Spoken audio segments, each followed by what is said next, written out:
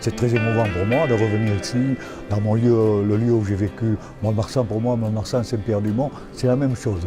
Je ne fais pas de différence. C'est un endroit où j'ai vécu 50 ans, où j'ai passé les plus belles années, mes plus belles années sportives que j'ai partagées avec mon frère.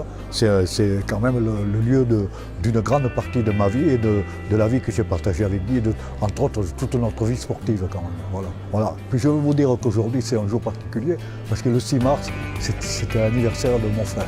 Donc c'est toujours sentimentalement quelque chose d'émouvant pour moi. On va parcourir cette exposition et puis je vais laisser vous commenter les clichés les plus parlants, les plus étonnants.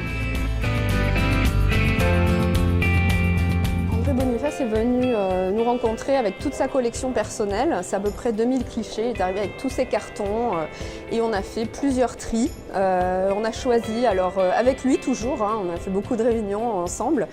Cette image-là, elle vous plaît? Oui, parce qu'elle raconte ça, donc il y avait une histoire, un souvenir. Et puis moi, je choisissais en fonction de la qualité esthétique de la photo, en fonction de l'information qu'on voulait donner dans cette exposition.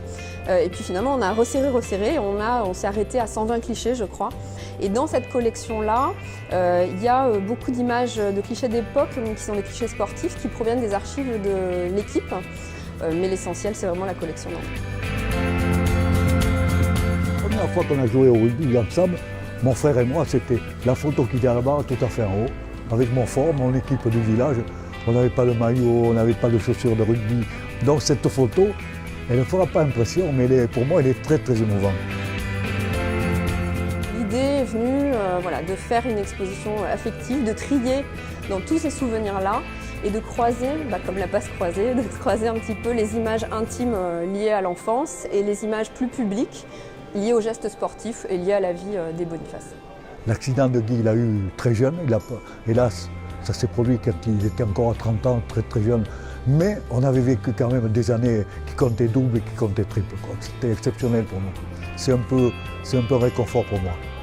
Ce qu'on a pu constater, c'est que les gens ressortaient souvent de l'exposition assez émus. On a un livre d'or qui est rempli de messages personnels à André, de lettres assez émouvantes ou alors drôles, ou en tout cas de gens qui sont venus de très loin parfois pour voir cette exposition.